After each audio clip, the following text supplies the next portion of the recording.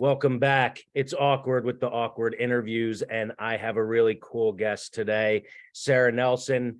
Sara called for a general strike in 2019. That's how I actually became more familiar with her. And about maybe a year or so later, I had the pleasure of inviting her to a organizing strategy type call. We were thinking about the very same thing.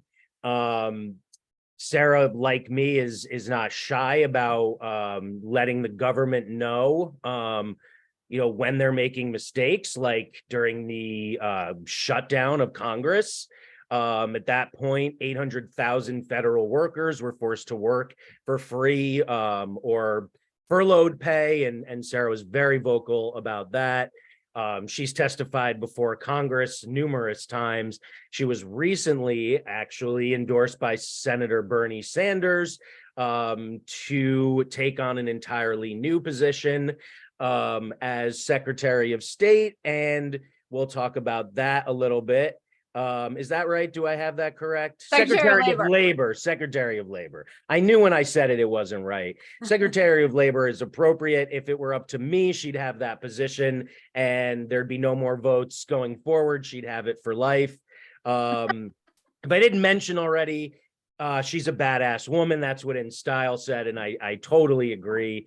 And if it wasn't already known, Sara's the international president of the Association of Flight Attendants. That's her main role. Hundreds of thousands of people that she is representing. It's the most influential flight attendant union in the United States, which is, of course, how she got in the crosshairs of a Bernie Sanders. It makes total sense. She knows a ton about labor. She's been involved in a lot of union organizing.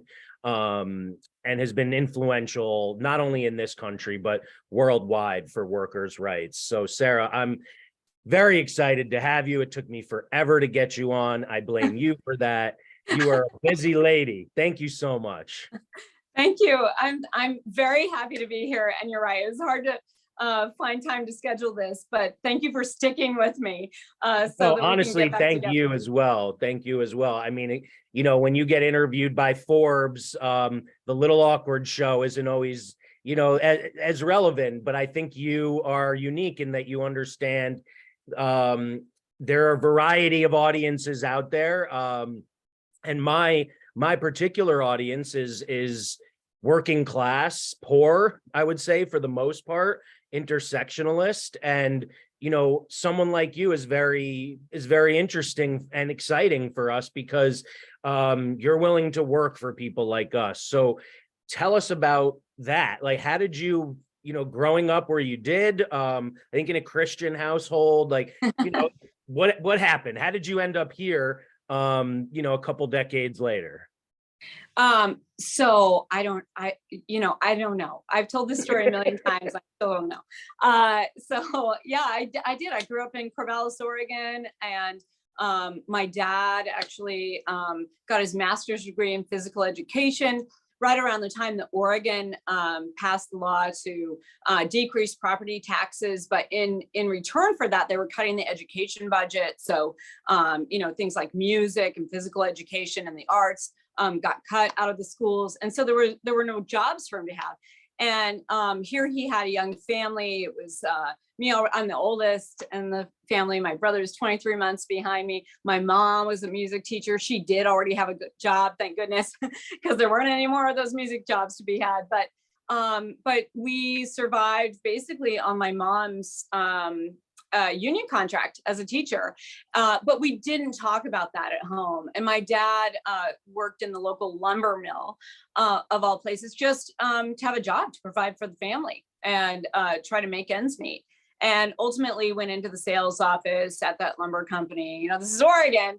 So that's what I grew up with. And we grew up, I'm a Christian Zionist, and I don't think that there were any other families or any other kids my age in my town that were Christian Zionists, very few of us. But the one thing that's really that I'm not really practicing anymore, but it formed some basic values for me. The person who formed or founded the religion is a woman in the late 1800s. So you want to talk about badass, in Boston, Massachusetts. And she wrote the tenets of the church really with a lot of feminism behind it. Clearly. So I grew up in my household, not just saying God, Father, Mother, God, celebrating all of the qualities of God, so my church would teach that that's what you're trying to do. You're trying to live your life to be more God-like, to reflect the perfection of that. And so the church taught that male and female qualities could be embodied by anyone. You didn't have to be born with a penis or the other organs in order to define like who you are and what your value is and what your power is and where you stand in society. It was really about like, could you be caring and also strong, and all of that went together. And I was taught that none of those qualities were good enough on their own. You had to put all of them together in order to have strength and in order to make your family work, your community work, and to make to celebrate the life that you have in a reflection of my Father, Mother, God. And so I just say all of that to give some background. This is not a full instruction on Christian Science, but this is really what formed my values. I tell people all the time, my home in Oregon, in Corvallis, Oregon, there was not a lot of diversity, but also not a lot of money. There were not super rich people. I would say that we were, you'd probably call us middle class, lower middle class. My parents really believed that it was more important to have experiences than things. So we traveled a lot as a family. That was very important to them. Early on, that meant long car rides where we stayed at KOA campgrounds. The few times that we stayed in a motel with a pool was like, woo, oh my God. We were so excited. But we were taught to explore, and we were taught to be curious about other people and curious about other experiences and other cultures. And as soon as they could possibly get us to Europe and get us traveling to other places outside the country, we did that too. And I tell people more recently, I flashed back on this concept. You think a lot about the Pledge of Allegiance, and we can like talk about sort of the imperialism that led to the pledge, and you can have a lot of criticism for that. But when I tell the story about standing in my kindergarten classroom every single morning, Miss Muldoon's classroom, she was famous. I got her at the end of her career, but I mean, she had taught everybody in the whole in the entire city. We stood there, little 5-year-olds standing there every morning and making this pledge to the flag. And we did that very proudly and stood up. And what I remember about it most is that it ends with indivisible, with liberty and justice for all. And so that, of course, dovetailed with what I had been taught about all of us expressing all these different qualities have to be together. We have to work together. We have to come together in order to be the best reflection of who we are, or as my church taught, the best reflection of the Almighty God, Father, Mother, God. So, I think it's the combination of those things, and my parents also instilling in me a real strong sense of justice. I remember too, actually, that I don't think of it this way very much, or I didn't think of it this way until I've gone back to my hometown. But, there were people who were living in the trailer park and who were, did not have as much as my family had. And we didn't have a whole lot, but we had a good lifestyle, and we were able to have these experiences. And so there was this one little girl who was in my classes, and I remember in first grade, a lot of people made fun of her because, she came and she typically was wearing the same clothes, or she'd have like 2 different sets of clothes, and things didn't look that great. And as a little kid, you don't know what that means. You don't know why that is, and so kids picked on her and sort of ostracized her. And I'm gonna get a little choked up, but we were at the local Richie's market, which was a locally sourced market where the people who owned the grocery store also had a farm and sourced all the vegetables into there. But it was also like this big meeting space. I mean, it was like my mom's social spot. She went to the store every single day, I think, just to like see people and catch up with people and also get the food for our table.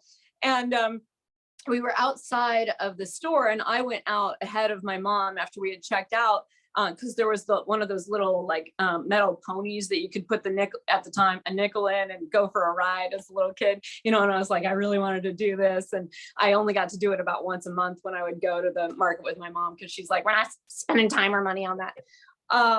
So here I am out looking at the little pony, and my mom comes out just as this little girl who was in my class went by, and she was waving like this, and she goes, hi Sarah, hi Sarah. And I didn't respond, and my mom saw this interaction. And I was behaving the way that the kids had behaved in the class.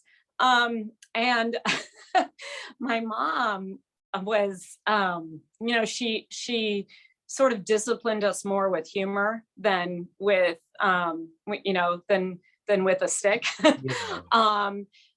But in this moment, she took my hand, and I remember she jerked my arm, and she was so angry with me. And she said, you never, ever treat anyone like that. You never do that. And I hope that you're going to go back and you're going to look out for her in school. And so, you know, this is the kind of upbringing that I had, that you treat everyone with kindness, that you look at people with differences as an opportunity to be curious and learn about them. And we didn't put any of this in terms of union or labor or working class or any of those things. But I think that my upbringing was naturally took me to, as I say, you know, a strong sense of justice and a loud mouth will get you really far. And that's basically what happened. You know, that was the formation of my foundation and upbringing. And when I went to college and I was working on my English and Ed degree, my education teachers were, I went to a very conservative, small liberal arts school, but the education department was extremely liberal, and my class sizes were very small. And they took it upon themselves to take us down into St. Louis every Wednesday night. And we would go and sit with a Black family and sit at their table, you know, break bread and eat their food and hear their stories. And one moment I really remember during that process, when there were these two teenage girls who were not that much younger than me. They were in high school, and so I was just, I think maybe in my second year of college, so we weren't that far apart. And they were talking about their experience just that past week going shopping at the mall and going in to shop for clothes at the Limited. And anybody watching, this is dating me now, like about shopping at the Limited. But anyway, but it was something that I could relate to. I mean, I went in all the time, right?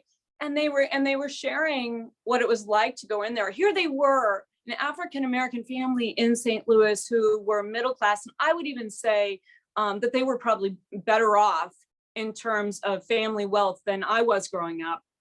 And they were talking about going into this store and being followed around by the shopkeeper the entire time.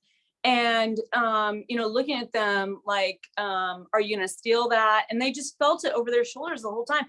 And I remember just like, I went back to school and I went into my dorm room, and I sort of cried all night. I mean, that was the first time that I had really been confronted with racism in a way that I could really take in and understand understand the burden and the shadow that casts, and that here I was experiencing that just for a moment at this dinner table and taking that in, and but they have to deal with that every single day.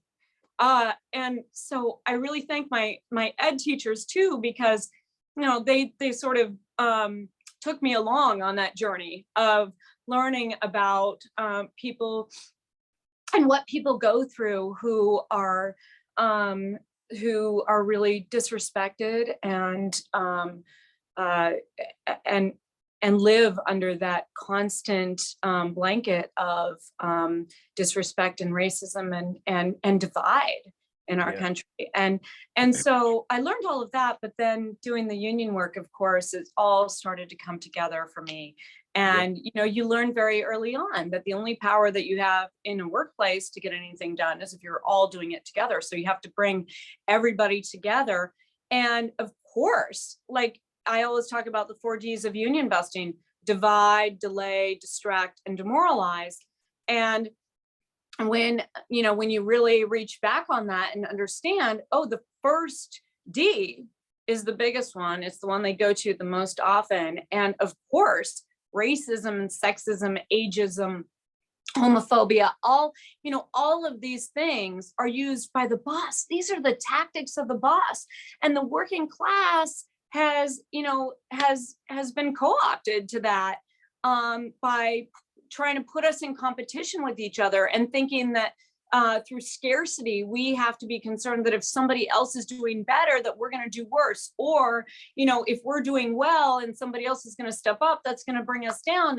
And, you know, there has been this attempt to teach us that. And so it breaks through all of it for me. I mean, I could talk about like all the other lessons and my own lessons about, you know, sexism that I had to basically face for the first time, because growing up, my parents, I remember in 4th grade, my teacher asked me, or they asked all the kids, you know, what do you want to be when you grow up? And I'm like, I really didn't know. So what am I going to pick? I don't know.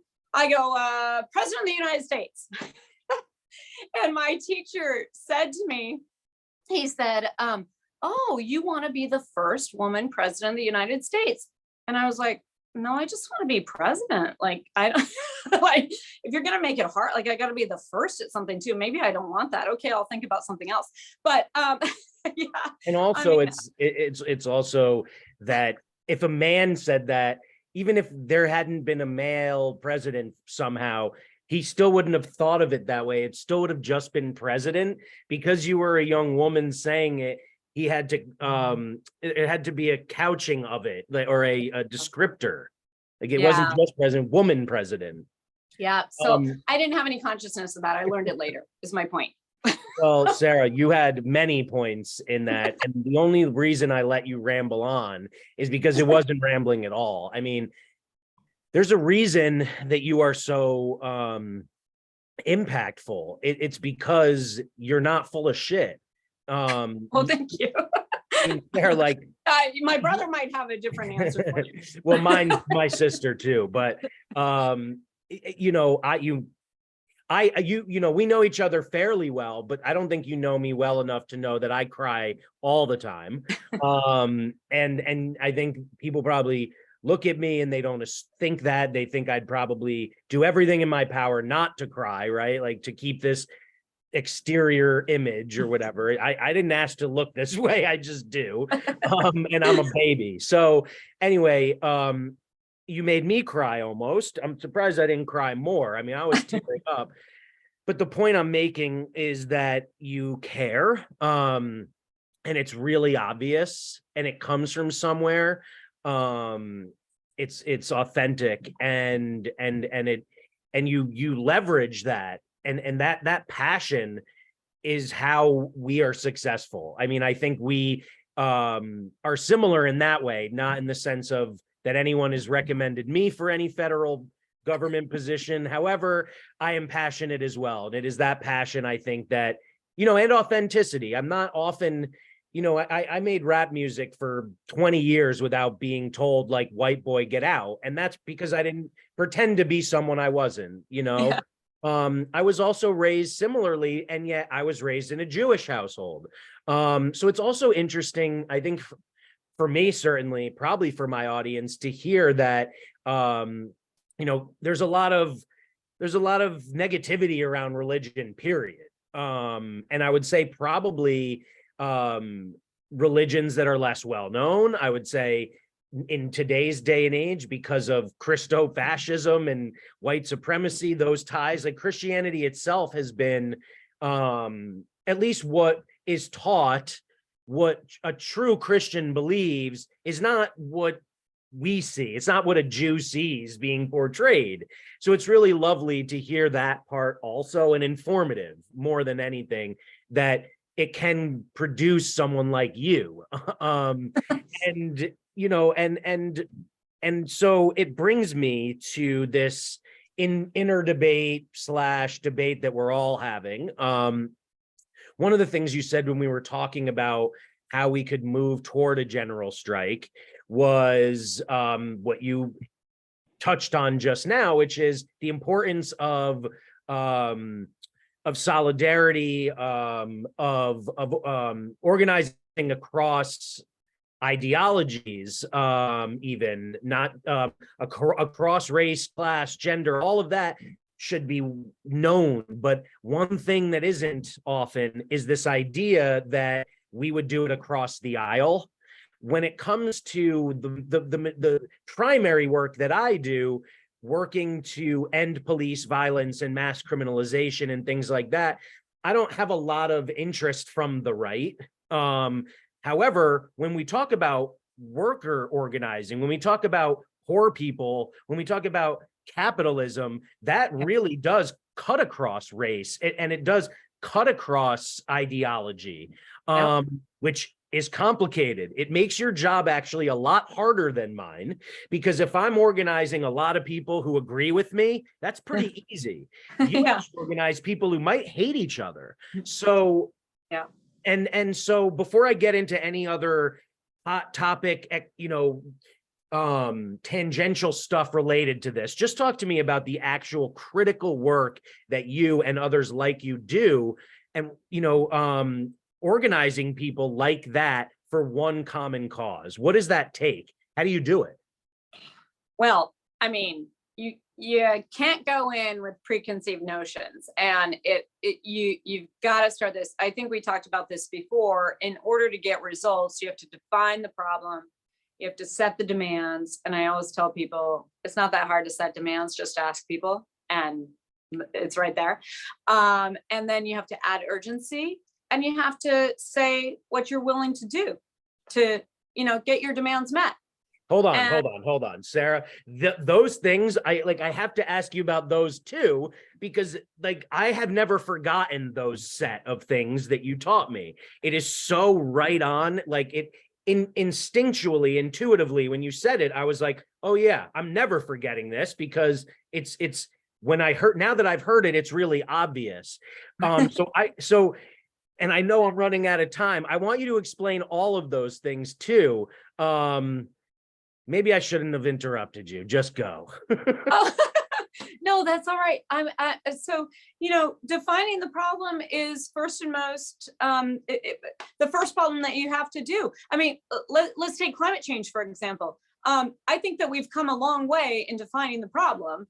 There are still climate deniers, which is like hard to take in, but they're fewer and far between. I mean, we now have a general consensus that the climate is a problem. It's a problem for the whole world.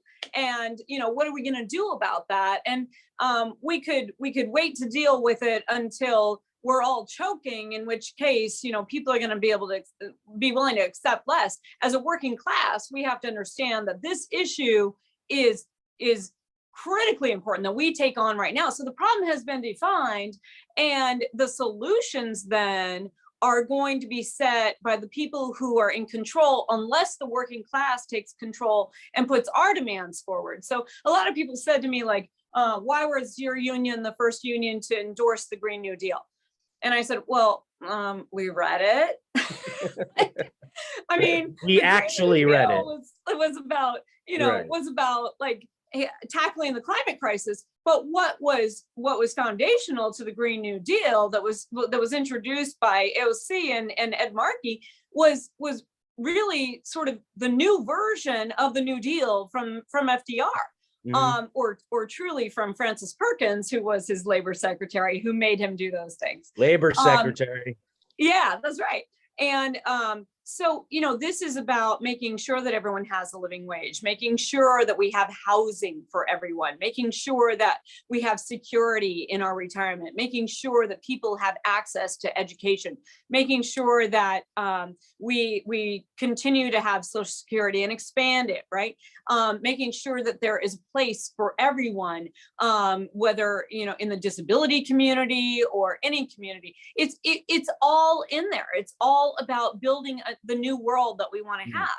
And so anyway, so we read it. So that's setting the demands. I mean, those are some great demands, right? Oh, and I'm sorry, big one, healthcare for all, because for-profit healthcare is an oxymoron. You're never going to have healthcare if there's a profit involved, because by the very definition of that, they're trying to extract costs in order to create a bigger profit. So okay, so somebody's going to die from that, or somebody's not going to get the care that they need from that. And obviously we can go on forever talking about that, but this is about building the new world that we want to have. And then urgency. So when we've talked about, calling for the general strike, that's not something you do every day.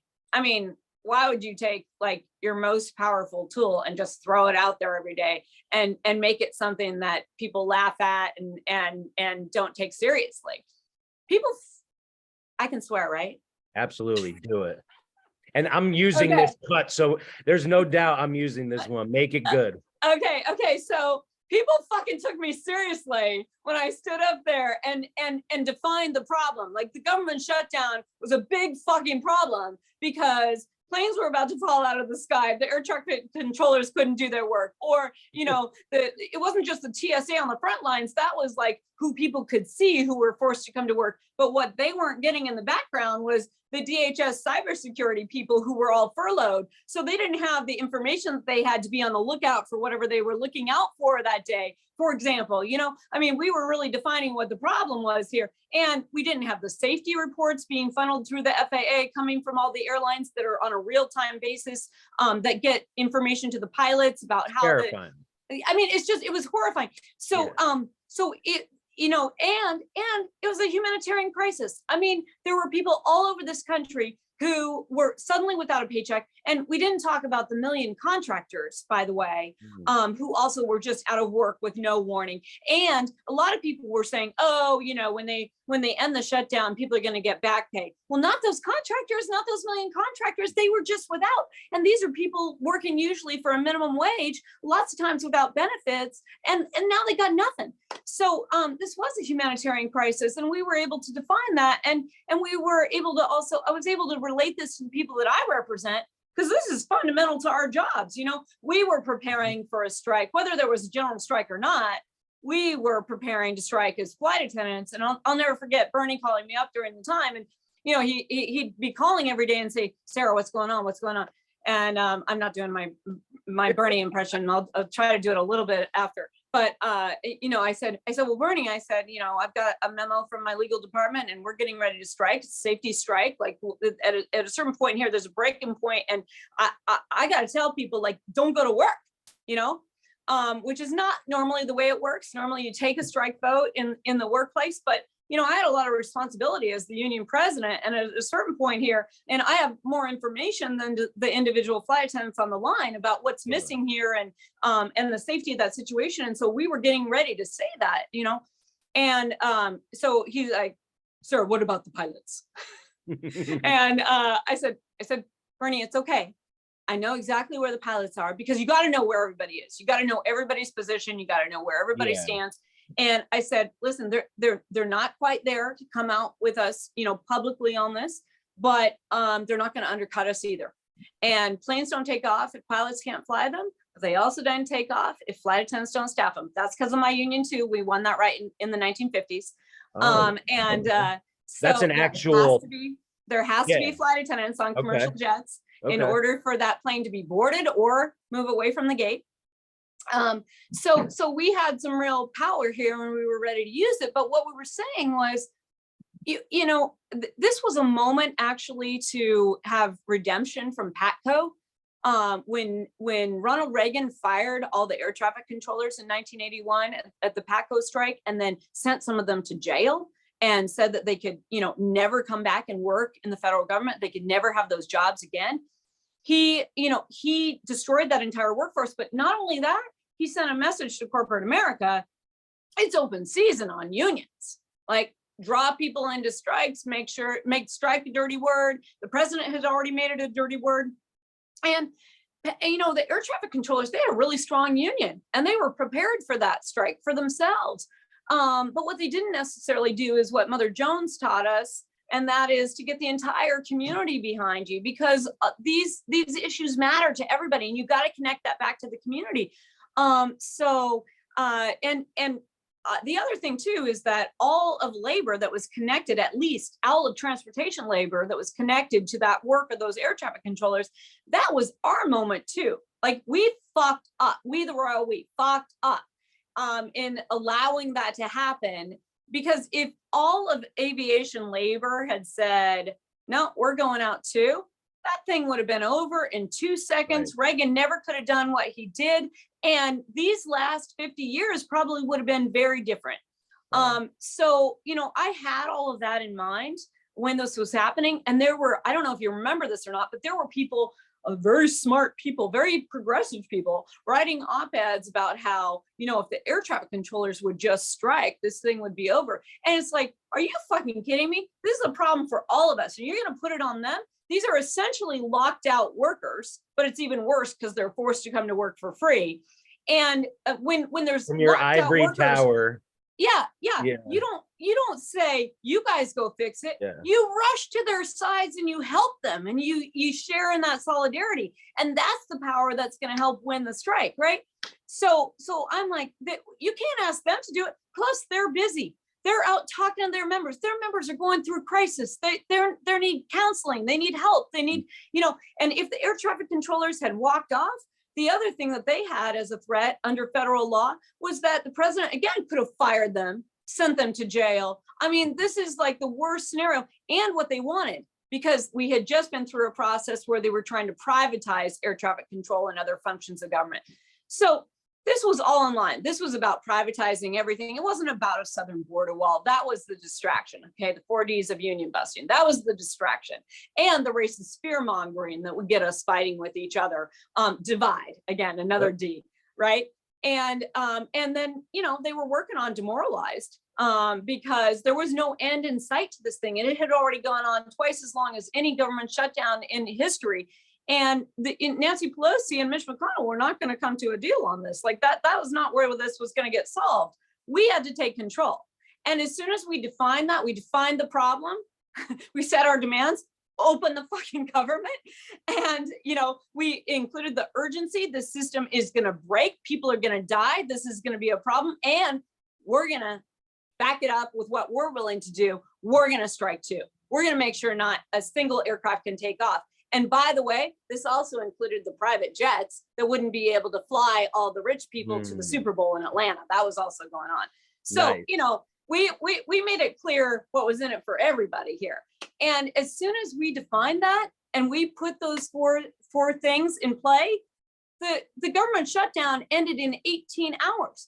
And that was because not so much because a few flights stopped in LaGuardia because 10 air traffic controllers said, I can't physically do my job anymore. It's unsafe for me to come to work. What that signaled was that labor was going to get a taste of our power, and they could not stand for that. So, they got to a solution immediately within hours. And so it shows you what you can do, but it is really important to understand that you have to have those 4 components in place. You can't just be like, on a Tuesday, I don't feel like going to work today, let's have a general strike. I mean, we have plenty of issues to organize around. And in the workplace, back to your original question, what's that like to be in a non-self-selecting place? By the way, unions are the last non-self-selecting group of people in America. So you have to work with people who, believe very strongly the very opposite things that you believe in life. And you have to organize around what your common issues are in that workplace. You got to get people in a room together, talking to each other. And when you go through that process of define the problem, set your demands, add the urgency, back it up with what you're willing to do, and people are taking action for, in informational picketing, you sort of, you increase the tactics as you go along, all the way up to, if the company doesn't settle that strike, when people are out on that strike line together, they talk to each other like they've never talked to each other at work before. And suddenly they, this term is thrown around a lot, usually by the companies to try to get people to believe that the union is the outsider, but you really become family.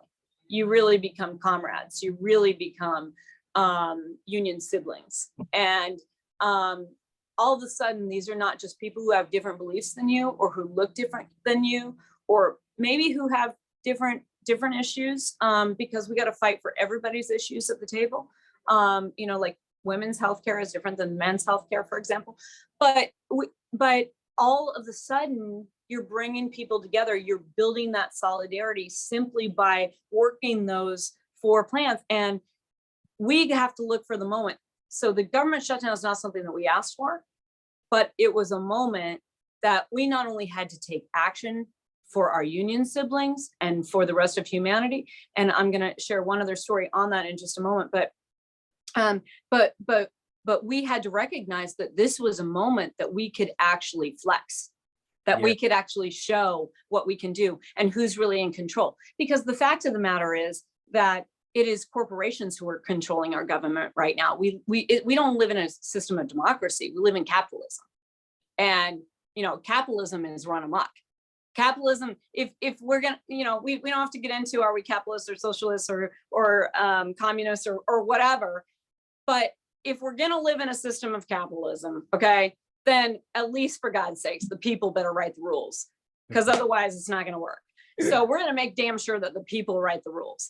But I'll tell you, during that government shutdown, what really got to me was the connectedness that we all have in this world, because a cab driver was driving me from one meeting I had up on the hill back to our office, and I was rushing actually to do a media interview, and I was on the phone the whole time, also like trying to move this stuff. And so he heard me talking about it, and I'll never forget this. When we pulled up in front of my office, I went to hand him cash, for the ride, and he grabbed it, but he also kind of grabbed my hand through the slot where you get through the plastic to exchange that money. And he kind of grabbed my hand a little bit, and he turned around and he had tears streaming down his face, and he said, "Thank you, you're fighting for me too."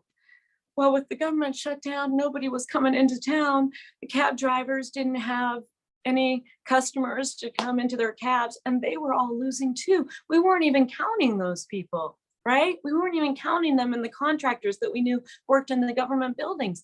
We're all connected. What happens to someone else happens to us. An injury to one really is an injury to all. And if we understand that, we understand what we have to build. Bernie said it this past week, and he said it because we've said it together many times. It is not Republican against Democrat or Christian against Jew. It is the billionaires against the working class. And if we really take that into our hearts and understand that if we come together and understand that we have this shared fate, then we can build something that can really change the world. Beautiful. And I think I'd be remiss. We should end there, but I'd be remiss not to ask you, because I think philosophically speaking, there's an idea behind begging the question. I don't think this is, according to those rules, really begging the question, but the way that we use it in our modern times, it begs the question. What about a Nazi working with a Jew, a Nazi working with a Black person? You could you put in Nazi and anybody else. And so clearly you're not talking about Nazis, but there's extremism there's so much extremism on both sides that it's actually a circle. And there is some fear expressed among the most directly impacted people about organizing with people who want them wiped off the face of the earth. How do we ensure that we're not actually, we're not centering directly impacted people, but directly impacted people are leading.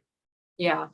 Well, I mean, you know, I say all the time, women join unions, run unions. But I could say that about anyone who is not, you know, I think when people think of labor unions, they have a stereotypical idea in their mind, you know, white man in a hard hat or something. And the fact of the matter is that the labor movement is for all the people who are not yet in unions. So we have to encourage that leadership. We have to encourage those people to step forward. But more to the heart of your question, I'll go back to the fact that the boss chooses who's in the workplace. Like, that's not our choice. And it's the one place where we don't have a choice, but to try to come to common ground with the people in that workplace. And, you know, I always tell people, like, if you don't get a 90% strike vote, like, that's the cutoff. You got to have a 90% strike vote to have a successful strike. If you have anything less than that, forget it. And, you know, what in this country, in our politics, ever gets 90% Right. people to come around it? But, you know, the strike votes that work are like, you know, 97, 98, 99 percent strike votes. And if you think about it, getting to those strike votes, that covers a broad range of people. Extremists, you know, no matter how you define them on either end, right? But there's a common interest, common set of demands. And so what happens is when you get people in the room like that, people change, because when you meet people who are no longer just stereotypes or, you know, what the Fox News talking heads have told you that they are, then you start to understand the humanity, and it moves people. So that has to happen. That doesn't happen overnight, but it happens around organizing in spaces where you don't have a choice. You don't have a choice but to talk to these people. And, you know, maybe they're part of the, you know, 1% that don't vote for it. Fine. You know, you're building your coalition. But it changes people. It changes people when you do this, and when they have to fight alongside people that they didn't think were on their side. Yeah. Yeah. This brings up a few thoughts. So one being that it is the organizing itself is transformational. That that we are unlearning all of the disinformation. It's just getting us to that table that is the tricky part, because of those generations of disinformation. Yep. Another thing that you pointed out, though, is that, like, well, two things. It suggests that unions are possibly the best starting point for all of this, because of what you said about the nature of them being forced to be there because they're working. It's not just in the community, like a diverse, you know, geographically vast community has to get together. Everyone's on top of each other anyway, and they all supposed to ostensibly work toward the same capitalist goal. So maybe work toward a humanist or socialist goal for themselves. And the last thing you pointed out, though, is these meetings all have someone like you. And I'm going to just say it, the average. Hopefully. What's that? What'd you say? No, I mean, they should, hopefully yes. Someone who's trying to bring people together. Yeah. Right. That's what I mean. Not a blonde lady, because usually blonde ladies aren't like you. There's a reason Karens have a Karen named to them.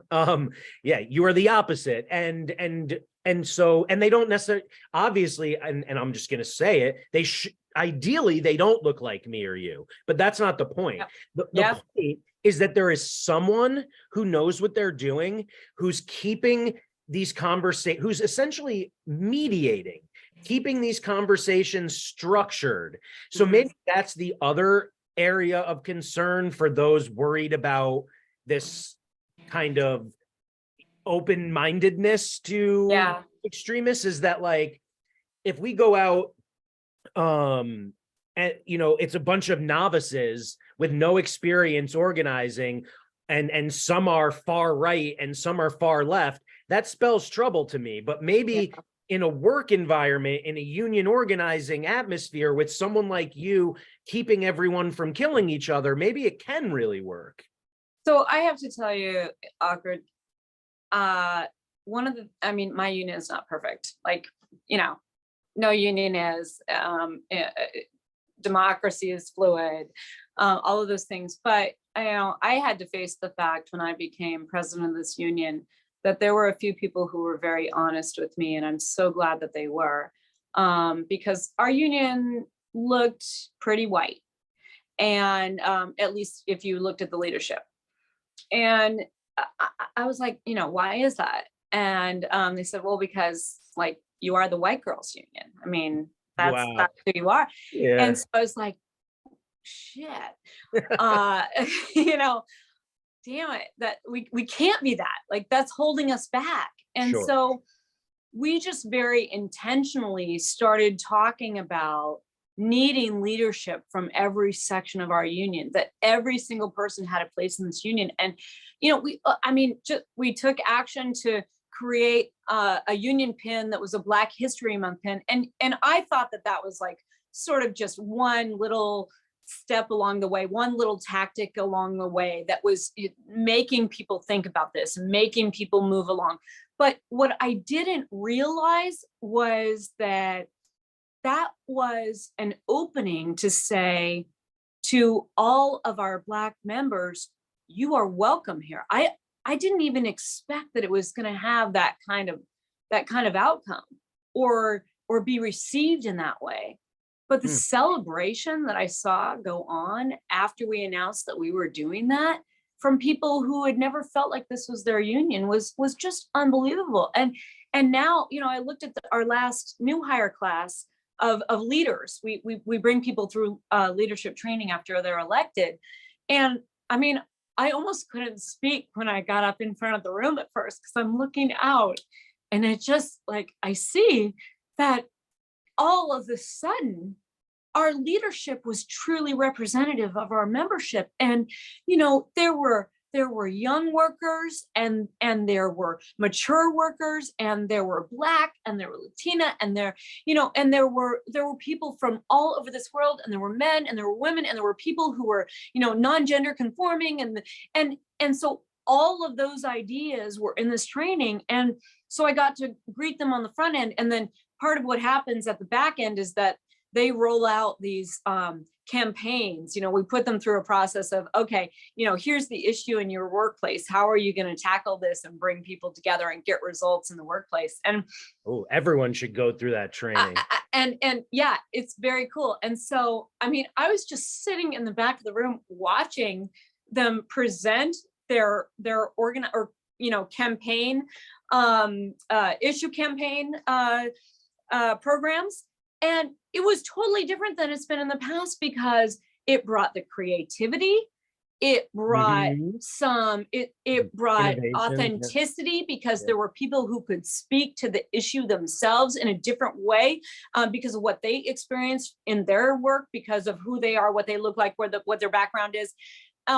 And all of this, and they were incredible. I wish I could actually remember some of the slogans now from that they came up with. But the other thing too was it was all these different skills. We had people who, were really good with computers, were really good with, with art and design, and so it was bringing out all this creativity and these different ideas. And the through line on every single campaign, no matter what the issue was like having each other's back. The through line was solidarity in every single campaign.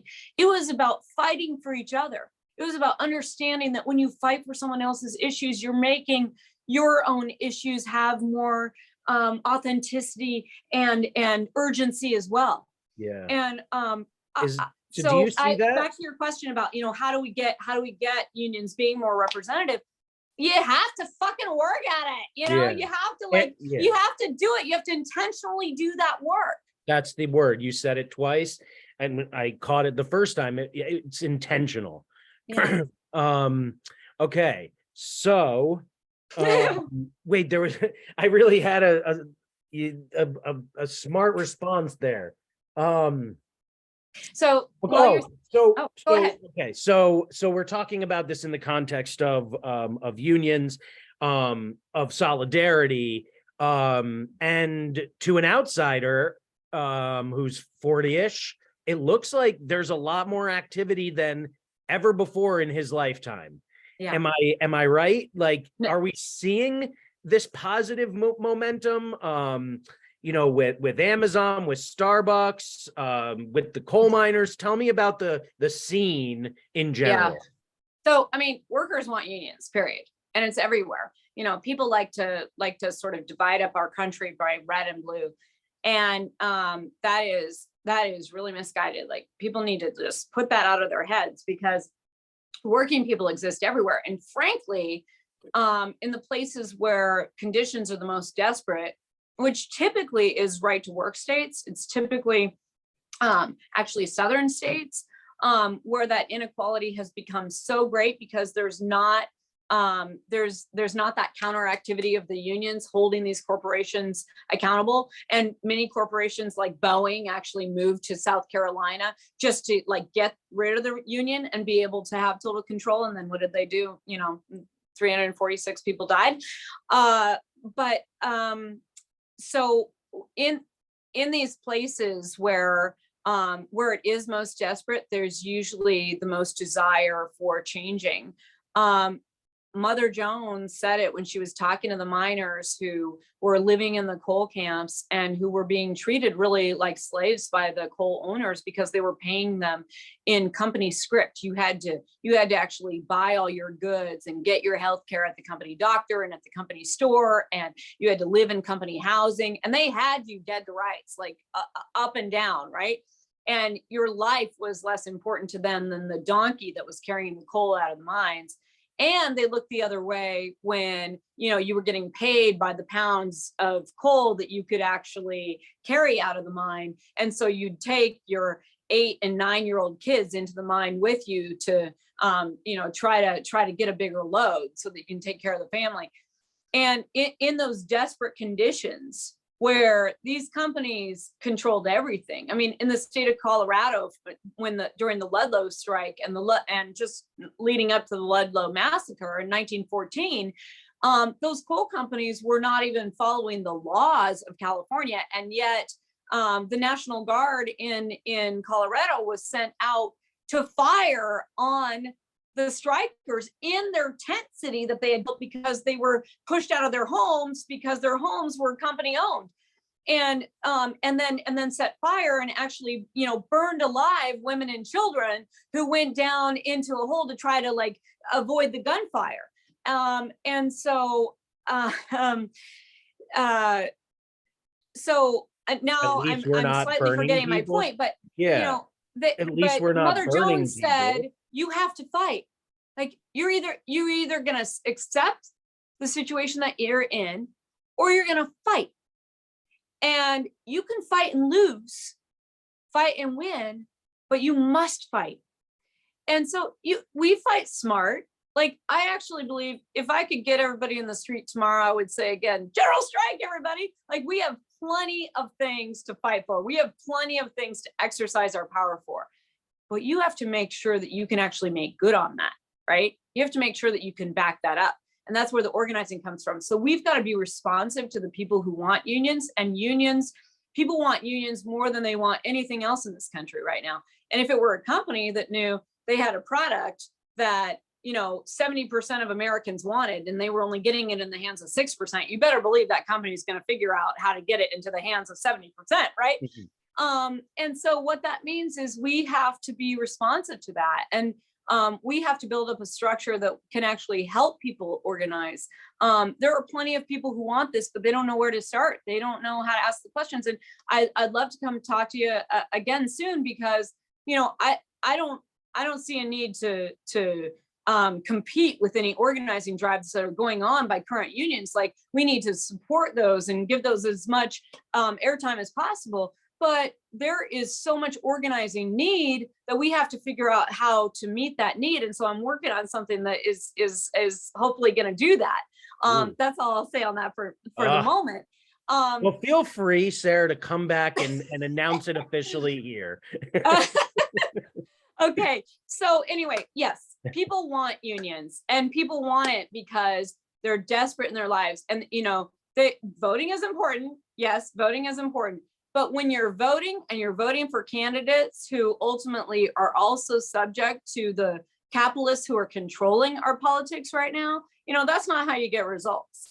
It's taking on the capitalists. It's the brave workers at the Tesla plant in Buffalo who are trying to form their union. It's the brave workers in the Amazon warehouses who are trying to form their union. And ultimately, Chris Smalls, I went on his little podcast too, back when he did It's a Small World.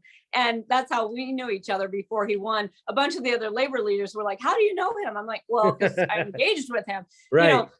In his struggle. But Jeff Bezos doesn't have to answer to anyone in this world except Chris Smalls, right? And so we have to make sure, though, that we're lifting that up as much as possible, that we're encouraging this president to make good on the words of being the most union-friendly president. That's on us too, to make that happen. I will tell this story about our president because, people are going to be quick to criticize him. What I would say is that he's surrounded by people who don't necessarily know what it means to be union, don't really understand the value of that, because because unions have become so small that most people don't have this experience in their own lives. But he was giving an address in a Labor Day celebration to a bunch of labor leaders across the country. We were in the White House and he was giving this speech, and it was a pretty good speech anyway. But he looked up at one point and he looked at everybody and he pointed his finger around the room and he said, sometimes I think even all of you don't understand your own power. And to me, that was a calling from our president to say, get the fuck with it. Organize to make him be the president we want him to be, right? Organize to make him make good on that promise of being most union friendly. That's what we have to do. No single person can do it themselves. And also, let me just add this, I was incredibly honored that Bernie Sanders promoted the idea that I would be selected as labor secretary. Me too, because you're my friend. And that might have been great. I didn't want to do it because I think I'm doing important work out here. But mostly, my friend Julie Sue, who did get the nomination, she was deputy secretary and passed over the first time around. I thought she should have been labor secretary from the beginning. But here's this incredibly smart, accomplished woman who pushes the envelopes on what we should be doing for working people, all the people that I said are not yet in unions and need to be a part of that labor movement. She's pushing on that. She believes in that. And so I said, here, everybody has work to do. No single person is going to make this work. I've got important work to do out here. Julie is already there. She can do that work. She can take us forward. She can push the government to support the fact that there needs to be a national bargaining order for Starbucks workers, with Starbucks workers against all odds organizing their workplace, and Howard Schultz closing down stores and refusing to come to the bargaining table. There's a pattern of union busting there that's enough to call for a national bargaining order. Those are the kinds of things that we need to be pushing for inside the government. But the only way that we're going to make the government work for us is if we're organizing out here and pushing people to understand that the people are going to take control of our politics. So I'm super excited because my friend Julie Sue is nominated to be the next Secretary of Labor, and she's going to do an awesome job. And it's just an example of the fact that we need more leaders. People are calling out for leadership, and we need leaders from people who maybe don't think of themselves as leaders because they've only seen something that doesn't look like themselves in leadership roles. And we got to change that ideal. And so we need leaders from every corner of our society to stand up and say, we're not going to take it anymore, and we're going to have each other's backs. And I guess I'll close on that. But I just want to thank you so much, because I think that your insight, your efforts to push people on the left and to push for, real radical change is so important. But I gotta appreciate the hell out of you too for recognizing that it's not just about having an idealistic position that's going to make change. It's about actually working to bring people together. It's about actually building that solidarity. It's about actually fighting smart. That's gonna allow us to win. And on fighting smart, I'll just leave people with one last thing. I've been in a lot of boardrooms, and I want to let everybody know that the corporate elite do not have the corner market on smarts. In fact, the working class has more creativity, more ingenuity, more ability to, create the things that matter in this world. And we can outsmart them. We can outsmart them, and we can outmuscle them. We can claim our power. And when we do that, they won't have money, control, and have perceived power. Okay. They'll still have money, but they're going to have to give some of it to us, because we're going to take control with our power that is real. I love it. Thank you, Sarah. I don't think I've ever been so entertained and had to ask so few questions. I've had a couple interviews, but no, I swear that's a compliment. In a couple instances, I did interviews where I didn't get to like structure the conversation at all. And I'm like, oh man, I think people are going to be really bored. Like, I don't even know what this guy's saying. I didn't feel that way at all. I mean, it was, Okay. no, I'm what I'm saying is like, I barely needed to say anything to like get you where I knew you should go. Like it was really important for people to hear these things from someone in your position, particularly because I am radical as fuck. It is important for me to push people, even like you or like your friend, further, right? And so like, and I always say this as it relates to abolition too. If I'm terrifying someone, if like the forest offenders in Atlanta are terrifying people, then the people who aren't as terrifying are going to be listened to a little bit more, and maybe we'll start to get some of these demands met. So I think you kind of touched on that yourself. We need all of that. Like, you need the extremists just like I need you. And you do amazing work. Thank you again for your time. You're always welcome back. I got nothing else to say. Just keep doing what you're doing. Yeah, you're awesome. Thank you. I got tremendous love for you, brother, and solidarity forever. Yeah, same here. All right, one love. Be well, be safe. All right, you're gonna cut it there, right? Yes, I am. Okay.